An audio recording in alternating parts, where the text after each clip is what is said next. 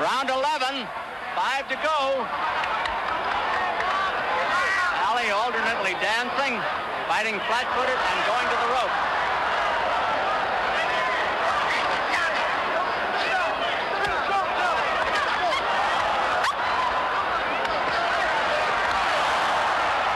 Joe got off the ropes that time. Now this is a switch. Joe is on the rope.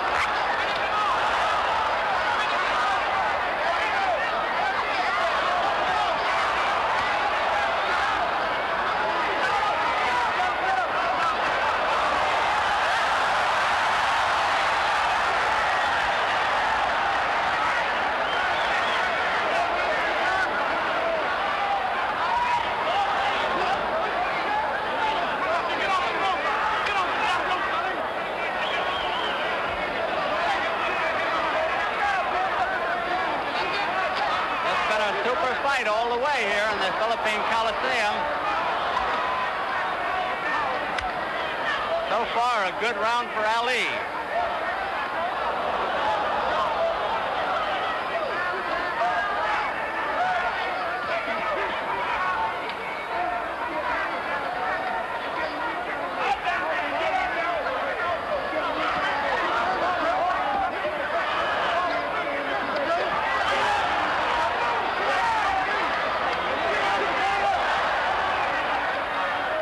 In Frazier's corner, referee trying to get them out of there.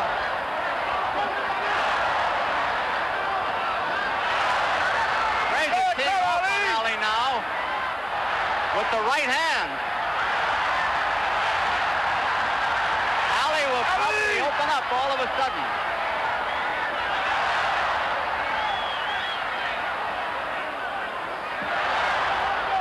A minute to go in the round.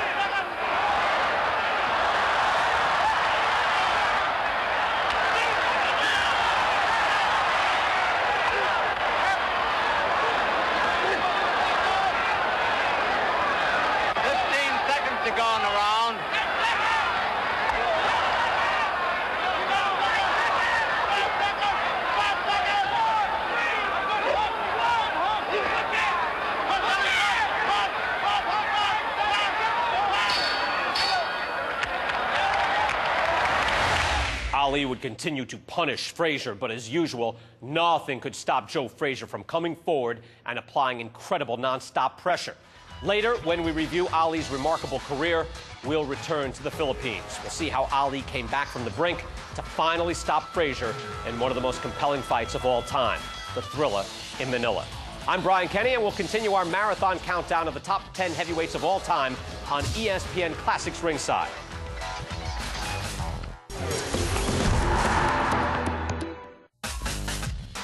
Back here at Gleason's Gym ringside, our top 10 heavyweights. Number 8 on Burt Randolph Sugar's list is Big George Foreman. Before Larry jumps in on this, Burt, and I know Larry has a rebuttal. Why George Foreman at number 8? When I did my first book, 100 Greatest Boxers, George was not in it. Now that I'm coming out with a new one called Boxing's Greatest Fighters, something's happened in 20 years. George has come back. What he did was unmatched in sports history.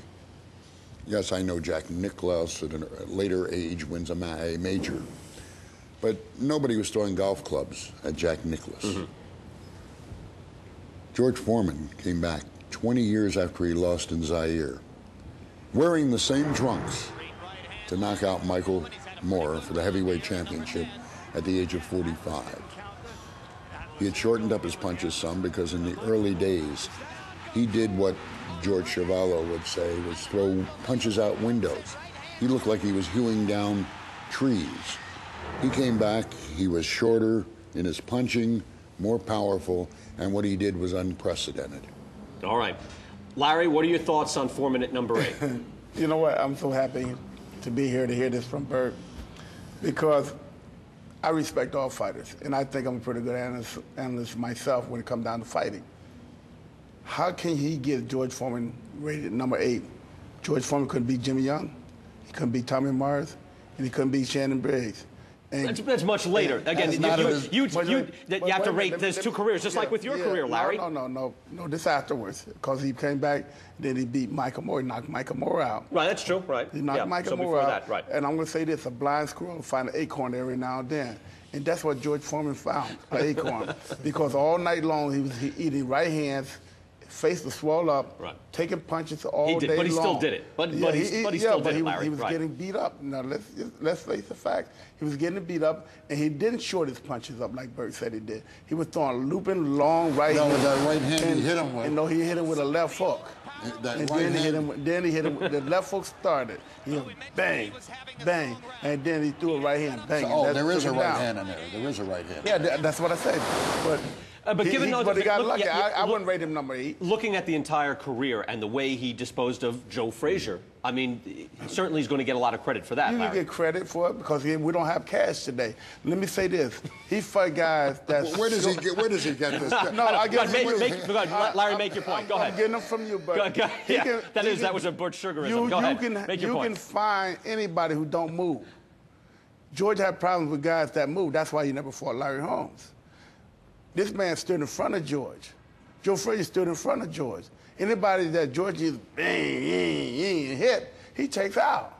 But anybody who's got a little boxing style like Jimmy Young did, he loses. He can't take out. All right, George Chuvalo fought George Foreman in 1970. You had the rebuttal. Good, we gave you time on that. George, what are your thoughts on George Foreman? Rebuttal. With respect to my fight? Or with respect your to fight. What was he like to be in the ring? First of all, I got hit with a good shot in the third round, and it drove me on the ropes, and all of a sudden, as I always say, and as Bert was just talking about, throwing punches out the window. He doesn't look to set you up, doesn't look to create openings. He just throws them out the window. He just gets all like in a frenzy and throws punches out the window.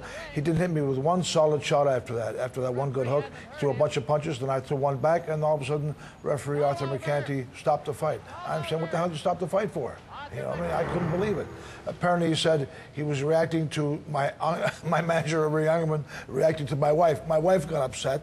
She didn't like to see me get hit. I mean, McCanty is the all-time great. I mean, it's not, you're not prone to make I don't have mistakes any problems like that. with any other fight. I mean, but it shouldn't have stopped the fight. Even George, after the fight, even a few months ago, which is many years after the fight, said he was so tired after that barrage of punches, he could hardly keep going. So, and I know one thing that George lacks is stamina. George is always mindful, especially even his comeback. You can see he's very mindful of blowing low, of losing gas, and he always want to make sure that he didn't extend himself too far. But he had a tendency to do that. There's a postscript here on George. I won't even bother with Larry.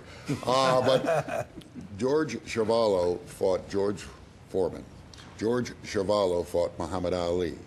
George Chuvalo fought Joe Frazier. George Chuvalo was never knocked down in his career. Never off your feet. Sparring? Well, never off your feet? No. I kissed a few girls, but I never kissed the canvas. You know, They're all coming at me. They're all coming at me with these lines. We're going to go.